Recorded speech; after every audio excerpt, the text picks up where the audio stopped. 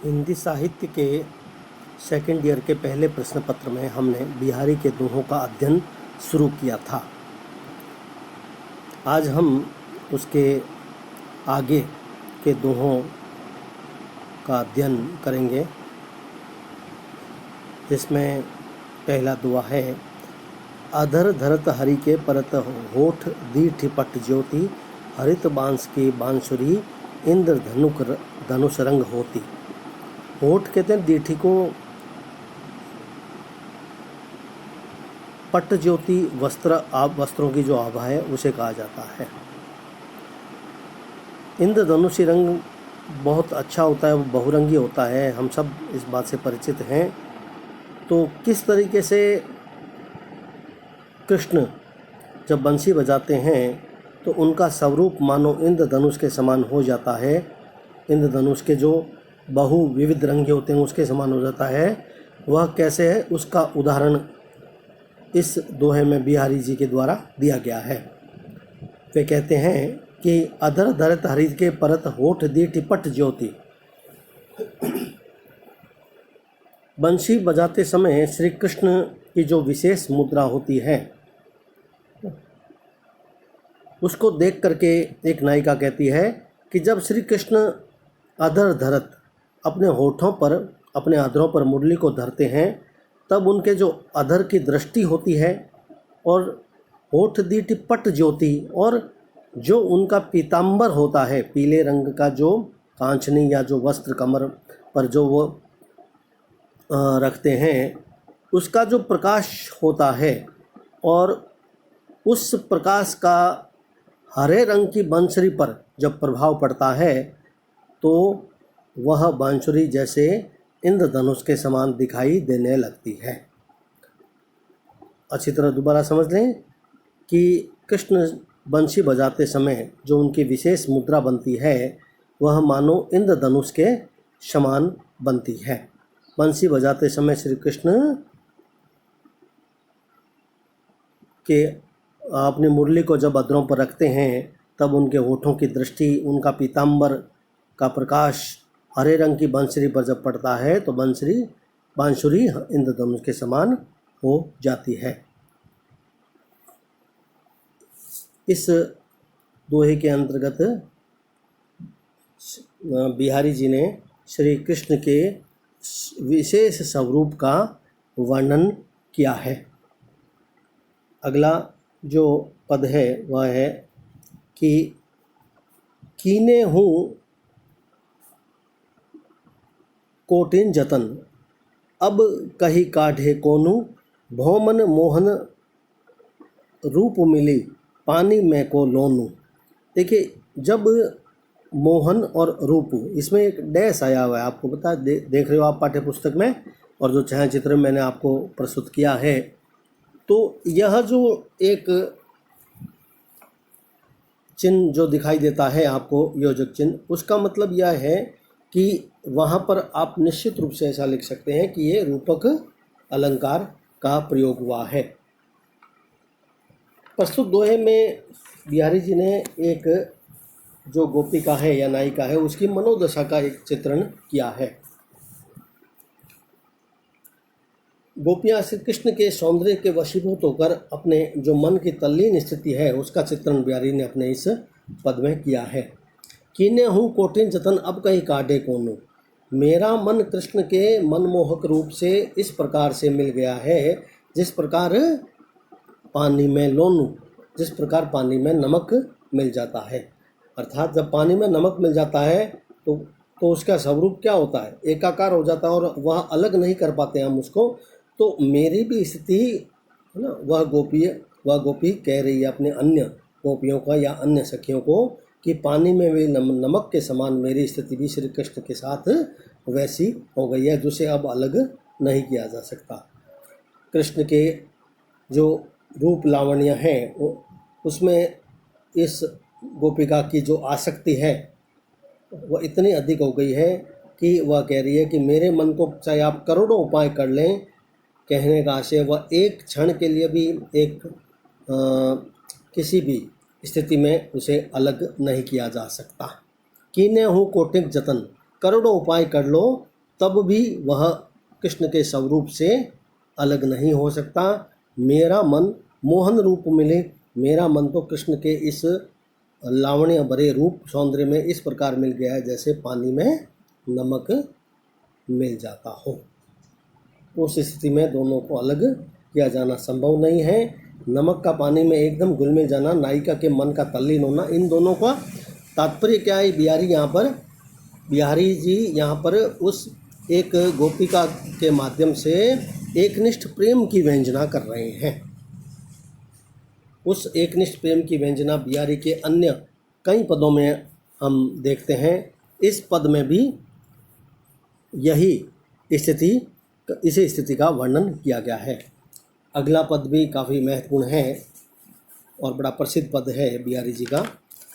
अज्यो तर्योना ही रहो, श्रुति सेवत एक रंग, नाक बास बेसिर लहो बसी मुक्तन के संग।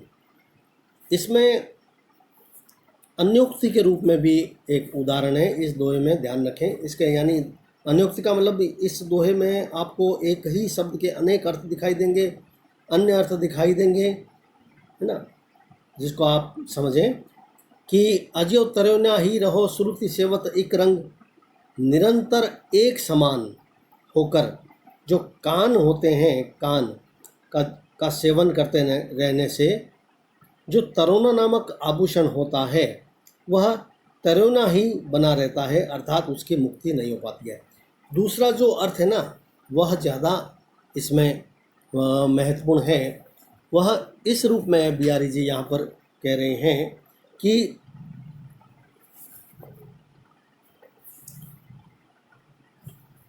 अजो तरोना ही रहो। जो हम जैसे कान से क्या होते हैं कि जो वेद आदि जो धर्म ग्रंथ है ना उनका लगातार सेवन करते रहते हैं, अर्थात उनको सुनते रहते हैं। तो मनुष्य क्या होता है कि तरोना नामक आभूषण अर्थात बिना मुक्ति प्राप्त किया हुआ जो मनुष्य है वह वैसा बना रहता है। यहाँ पर मनुष्य की जो मुक्ति है उस मुक्ति के लिए बिहारी जी ने जो संबोधन दिया है वह इस रूप में दिया है कि अगर मनुष्य सही ढंग से जीवन में कर्म करें तभी उसका उद्धार हो सकता है। नाक बास बेसिर लहो बसी मुक्तन के संग, जबकि मोतियों अर्थात जो सत्संगी व्यक्ति होते हैं उनके साथ जब बसेरा किया जाता है ना, बेसरी नामक आभूषण जो होता है वह नाक में उच्च स्थान को प्राप्त कर लेता है। संकेत जो कहने का तात्पर्य बिहारी जी के, सत्संग में रहकर तुच्छ से तुच्छ मनुष्य भी जो होता है ना उसको मुक्ति की प्राप्ति हो जाती है। जबकि हम यदि धर्म ग्रंथों का कर्म कांडों का हम यदि उसका पालन करते रहें तो निश्चित रूप से हमारा उद्धार नहीं हो सकता। परीक्षा के दृष्टिकोण से भी यह पद काफ़ी महत्वपूर्ण है, जिसे आप अन्योक्ति या इसकी सलेस के रूप में आप इसका वर्णन ना विशेष रूप से आप इसको देखें। यहाँ पर कवि ने व्यक्तिगत जो विचारधारा एक प्रकार से उसकी कवि की मुखरित हुई है।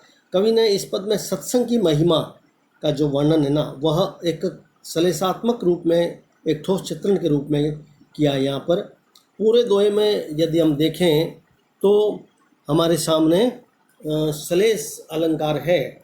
उस सलेस अलंकार की जो अभिव्यक्ति हुई है वह विशेष रूप से दिखाई देती है। इस पद के अंतर्गत आप इस तथ्य को समझें। थोड़ा सा मैं सरलता के दृष्टिकोण से थोड़ा कहूँ कि जैसे कोई मान लीजिए कि कोई सगुणोपासक कोई वैदिक भक्त होता है, लगातार वह जैसे अपने कानों से वेद का अध्ययन करता रहता है, इसलिए क्या होता है वह तरोने ही रहता है। कर्णाभरण रूपी संसार जो कर्णाभरण रूपी संसार होता है ना वही बना रहता है। उसका क्या लाभ होता है? उस एकांत अध्ययन से उसे कोई लाभ नहीं होता। अरे बिहारी जी कहते हैं तुम तो मुक्ताओं अर्थात मोती रूपी जो मुक्त पुरुष है, सिद्ध पुरुष, उसके साथ रहो तो तुम्हें बेसर रूपी जो तुच्छ भी है, नाकवास, नासिका रूपी जो स्वर्ग धाम है, वह मिल जाता है। इस पद में जो एक अन्य अन्योक्ति मुझे नजर आती है वह यह कि बिहारी ने एक तो सांसारिक जो कर्म धर्म है ना, उसको दिखावे, उसको छोड़ करके वास्तविक जो मनुष्य हैं, सिद्ध पुरुष है जो है ना, उनके साथ रहने की हमें सलाह दिया। दूसरा कि हमारे शरीर में बिहारी जी ने इस बात को स्पष्ट किया है कि कान की अपेक्षा नाक का महत्वपूर्ण स्थान होता है। कान का आभूषण एक सामान्य तरोना ही होता है, जबकि नाक का जो बेसर होता है ना, वह बहुत अधिक मूल्यवान होता है। तो श्लेष के साथ यहाँ यमक और व्यतिरेक जो अलंकार है वह भी हमें नजर आता है। तो पर अगला पद आप और देखें, वह भी काफ़ी महत्वपूर्ण है। तो पर वारो उर्वशी सुनी राधिके सुजान, तू मोहन के उर्वशी है उर्वशी समान। इस पद में बिहारी के नारी मनोविज्ञान का और उनके कामशास्त्र दोनों का काफ़ी अधिक इसमें वर्णन किया गया है। एक जो नायिका है वह एक किसी दूसरी नायिका का मान छुड़ाने के निमित्त, एक प्रकार से हम कह सकते हैं कि नायक जो कृष्ण है उसकी राधिका का जो अंतरंग सखी या कृष्ण है उसके द्वारा जो प्रेषित संबोधन है उसका विश्लेषण किया गया है। अगर सटीक एक बार आप एक अभिधा रूप में अर्थ देखें पहले तो आप इसको, कि काम ज्ञान से कुशला जो एक प्रेमिका राधा है वह कहती है कि मेरी बात ध्यानपूर्वक तुम सुनो। उर्वशी को भी तो पर वारो उर्वशी, तुम्हारे ऊपर तुम्हें उर्वशी को भी न्योछावर कर किया जा सकता है। वस्तुतः सबको मोहित करने वाला जो श्री कृष्ण है, मोहन है, मोहन के हृदय में तो तू हर समय तू उसके हृदय में रहने वाली एक प्रेयसी के समान है। मोहन के हृदय में तू उर्वशी नामक आभूषण के समान बसी हुई है। इसी कारण मैंने पूर्व में संबोधन किया कि यहाँ बिहारी जी के नारी मनोविज्ञान और उनके कामशास्त्र दोनों की जो प्रशंसा हम कर सकते हैं कि यहाँ पर कवि ने एक काव्यात्मक अंकन किया जिसमें उनके इस नारी मनोविज्ञान का विश्लेषण हमें मिलता है। उर्वशी थी ना, वह मेनका की पुत्री थी, अप्सरा थी, जिसको सर्वांग सुंदरी माना गया था।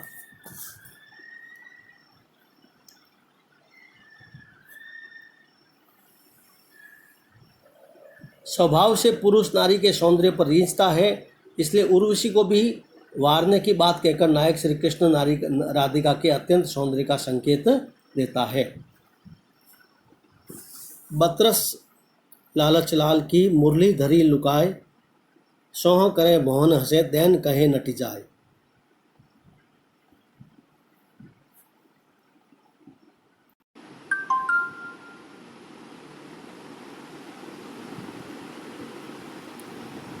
बतरस लालच लाल की मुरली धरी लुकाए, सौ करे भवन हंसे दैन कहे नट जाए। इस पद के अंतर्गत बिहारी जी ने एक सखी दूसरी सखी से कहती है कि नायिका राधा ने नायक की मधुर मधुर बातों के रस रूपी लालच में आकर उसकी मुरली को छुपा लिया। अर्थात बातों ही बातों में एक सखी कह रही है कि मैंने श्री कृष्ण की जो बांसुरी थी ना, वह बातों ही बातों में छुपा ली। बतरस लालच लाल की, यानी बातों के रस रूपी लालच में। और जब नायक ने उस मुरली को देने के लिए कहा तो नायिका कभी तो ना लेने की शपथ खाती, कभी वह भौं से हंसती है और कभी स्पष्ट मना कर देती है, मुरली छिपा लेती है। इस प्रसंग के अंतर्गत एक नायक और नायिका के श्रृंगार और प्रेम का जो उत्कृष्ट चित्रण किया गया है, कृष्ण और के माध्यम से कह रही है कि मैंने नायिका कह रही है कि मैंने अपने बातों ही बातों में अपने नायक की बांसुरी को छिपा लिया, और जब नायक ने मांगा तो कभी तो अपने पास नहीं होने की शपथ खाती है, तो कभी भौं ही भौं में हंस देती है, और जब वह विशेष निवेदन करता है तो स्पष्ट मना कर देती है। इस प्रकार नायक को कुल मिलाकर वह नायिका अपने पास अब रोके रखना चाहती है। अपनी जो उसकी मधुर बातें हैं उसको सुनने के लिए वह कभी बांसुरी के न होने की शपथ खाती है, कभी हंसती है, कभी नटती है। तो इस प्रकार नायक को विवश कर देती है कि वह वहीं रहें। कारक दीपक अलंकार रूपक अलंकार का प्रयोग हुआ है यहाँ पर। नेहन नेहनी को कछु उपजी बड़ी बलाए, नीर भरे नित प्रीति रहे तऊ न प्यास बुझाए। इस प्रसंग के अंतर्गत बिहारी जी ने अपने श्रृंगार का ही विश्लेषण किया है। वे इस पद के अंतर्गत कह रहे हैं कि विरह और श्रृंगार में भी वियोग श्रृंगार का वर्णन वे कर रहे हैं कि विरह काल से विरह से व्यथित हुई जो एक पूर्वानुरागी नायिका है उसके नेत्रों की विचित्र दशा का वर्णन यहाँ पर किया गया है कि नेहन नेहनी को कछु उपजी बड़ी बलाए, यह प्रेम रूपी तेल नहीं है वरन मेरे नेत्रों के लिए एक बहुत बड़ी मुसीबत है। नीर भरे नित प्रति रहे, प्रमाण यह कि कहने का से विरह व्यथा से निरंतर पीड़ित रहने के कारण से उसकी जो आंखें हैं वह निरंतर आंसुओं की धार जल से भरी रहती है। फिर भी प्रिय दर्शन की जो प्यास होती है ना, तऊ न प्यास बुझाई, फिर भी प्रिय दर्शन की प्यास वह बुझ नहीं पाती है। यहाँ पर नायिका की विरह दशा का जो चित्रण किया गया है कि विरह व्यथा से जो पीड़ित नायिका है वह नित्य प्रति आंसू जल से भरी रहती है उसकी आंखें, और प्रिय दर्शन की जो प्यास है वह कभी उसकी बुझ नहीं पा रही है। धन्यवाद।